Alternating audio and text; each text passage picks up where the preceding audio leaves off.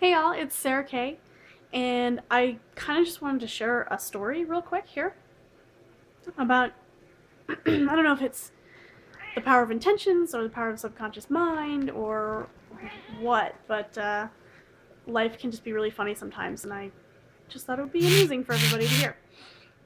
So, to make a long story relatively short, my 5-year-old son hasn't been wanting to go to daycare. A little bit too young for school, maturity wise, but definitely a little too old, I guess, for daycare.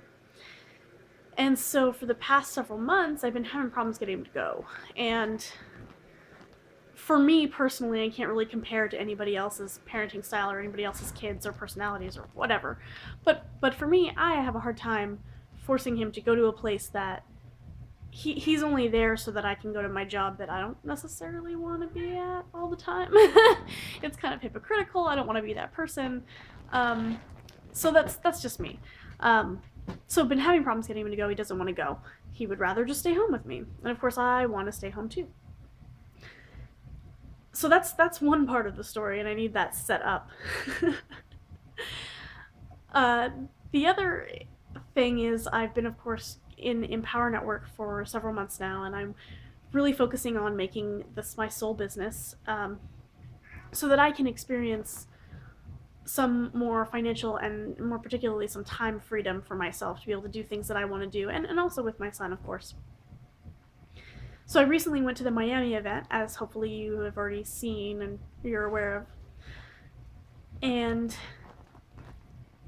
they offered some really cool stuff at the Miami event that we had like an exclusive price on, and I don't know how much detail I can go into, but long story short, I spent another long story shorter, I guess. I spent money that I didn't plan on spending, and I was comfortable with that decision, but I knew that I'd have to figure out later how exactly that was going to affect me, and I'd have to maybe move some stuff around. I was anticipating it. I wasn't driving myself totally into the red, but it definitely wasn't planned. Well, this morning, my son didn't want to go to daycare again, and it was pretty much the last straw. He didn't want to go. I didn't want to make him go. And so I just ended up finally later in the afternoon going into his daycare and saying, I'm sorry, it's not working out. Thank you for everything you've done. But he's basically just outgrown it. And sorry, it's my cat. It what was I saying? It's just not worth it for me to make him go. And luckily, I have a kind of job right now. My regular full time job is such that I can work from home at least a lot. And times that I need to go in, I can find a temporary sitter for a couple hours, and it's not a big deal. And it's probably not as traumatic as forcing my son to go to daycare. So I ended up saying, he's not going to come back to daycare next month, which is, of course, next week, starts February. Well, what that means is I don't have to pay for daycare next month.